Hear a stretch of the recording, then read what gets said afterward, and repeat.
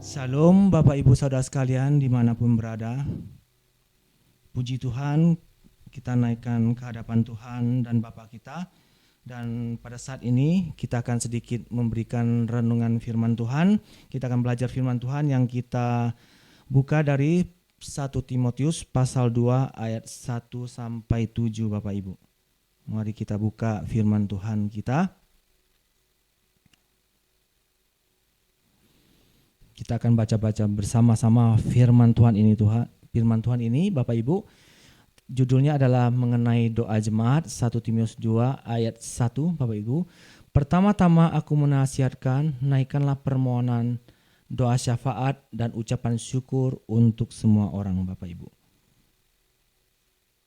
Rasul Paulus Bapak Ibu menulis kepada anak rohaninya, yaitu muridnya Timotius, untuk selalu ingat untuk menaikkan doa dan permohonan dan juga menaikkan doa syafaat dan ucapan syukur untuk semua orang Bapak Ibu, ya kan?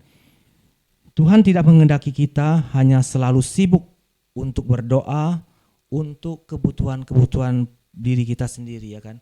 Kadangkala kita manusia selalu kita berdoa untuk kepentingan kita sendiri, ya kan. Selalu kita mementingkan keinginan kita Bapak Ibu, segala kebutuhan kita. Selalu aku yang dipentingkan Bapak. Kita egosentris Bapak Ibu, ya kan. Kita selalu meminta apa yang menjadi kebutuhan kita kepada Bapak, tapi kita melupakan apa yang orang lain butuhkan Bapak Ibu. Dan itu bukan tidak boleh Bapak Ibu, ya kan. Boleh saja. Itu hal-hal yang wajar bagi kita Bapak Ibu, ya. Semua orang pasti akan mengasihi dirinya dulu Bapak sebelum mengasihi orang lain Bapak Ibu. Tetapi yang Tuhan inginkan Bapak Ibu, kita naik kelas, ya kan. Kita hanya tidak menjadi orang Kristen yang hanya berdoa untuk kepentingan-kepentingan dan kebutuhan kita sendiri, ya kan. Tetapi kita harus juga punya iman yang lebih maju ya Bapak Ibu, ya. Iman yang kanak-kanak hanya selalu berdoa untuk dirinya sendiri Bapak Ibu. Tetapi iman yang dewasa, ya kan, iman yang bertumbuh Bapak Ibu harus bisa dan harus selalu berdoa juga untuk ruang lingkup dan cakupan yang lebih luas Bapak Ibu, ya. Ya, jadi Tuhan menghendaki kita, Tuhan mengajar kita, ya kan, seperti Rasul Paulus tuliskan bagi kita, ya kan, supaya agar kita punya iman yang dewasa. Kita pun harus dan selalu berdoa juga untuk orang-orang lain Bapak Ibu, ya kan, untuk semua orang Bapak Ibu, ya, tidak terkecuali Bapak Ibu, orang yang baik maupun orang yang jahat, ya kan, semua harus kita doakan Bapak Ibu, ya kan, karena Tuhan mengasihi semua orang Bapak Ibu, ya kan. Yang jahat harus kita doakan Bapak Ibu, supaya apa? Supaya mereka bertobat Bapak Ibu, ya kan. Dan yang baik Bapak Ibu juga harus kita doakan Bapak Ibu, supaya untuk apa Bapak Ibu? Supaya yang baik itu tetap ingat akan penciptanya Bapak Ibu, dan selalu mereka mengucap syukur ya Bapak Ibu, dan mereka kembali kepada penciptanya dan mereka menyembah kepada penciptanya Bapak Ibu, ya kan. Jadi Bapak Ibu, kita tidak memilih orang dalam berdoa siapapun dia, terus harus kita doakan yang mereka yang tersesat, harus kita doakan supaya kembali mereka ke jalan yang benar, ya kan. Mereka yang baik harus selalu kita ingatkan mereka untuk berdoa untuk mereka supaya mereka selalu bersyukur dan menyembah Tuhan kita Bapak Ibu, ya kan.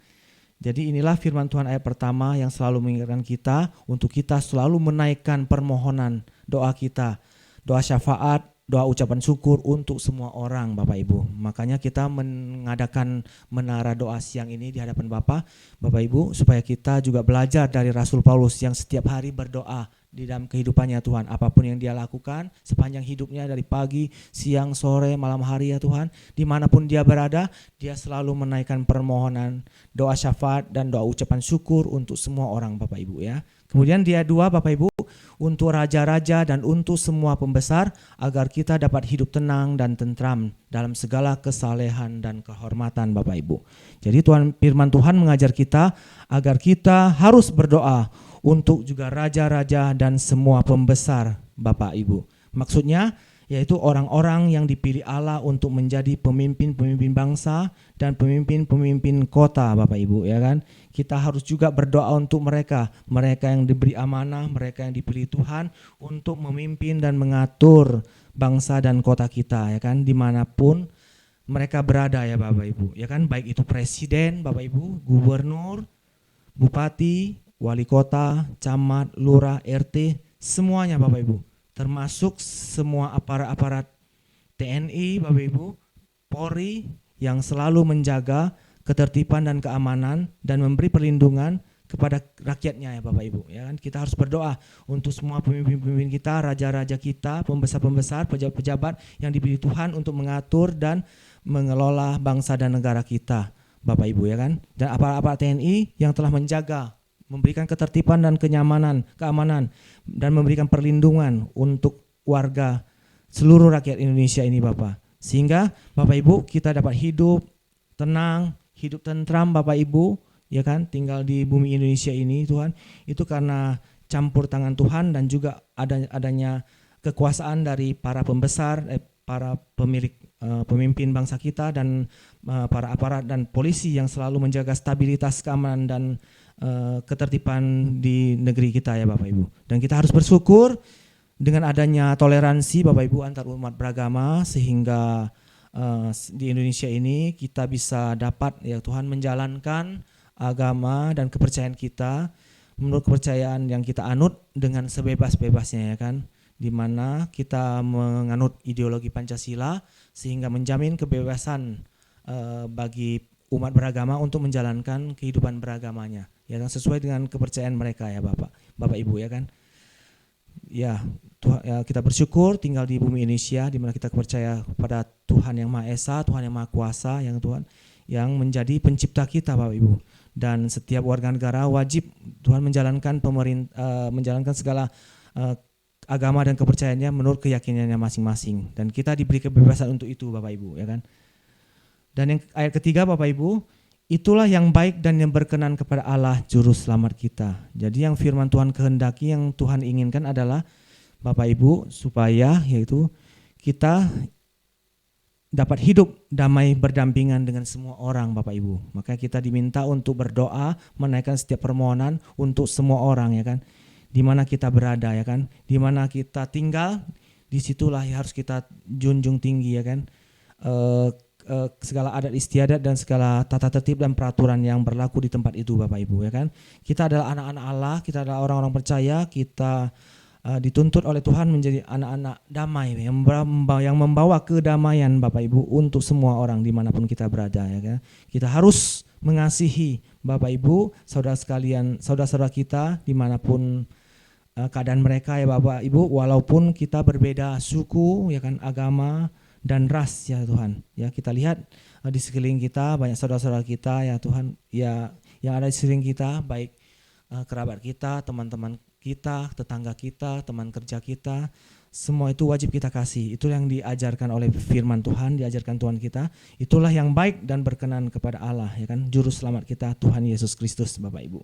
Dan ayat keempat Bapak Ibu, yang menghendaki supaya semua orang diselamatkan dan memperoleh pengetahuan akan kebenaran Bapak Ibu ya kan. Karena Allah menghendaki supaya semua orang diselamatkan ya kan. Tuhan begitu mengasihi dunia ini sehingga Ia telah memberikan anak yang tunggal, Tuhan Yesus menjadi juru selamat kita untuk menebus dosa kita supaya kita semua bisa diselamatkan. Dan barang siapa yang percaya kepadanya, dia akan diselamatkan dan memperoleh hidup yang kekal Bapak Ibu.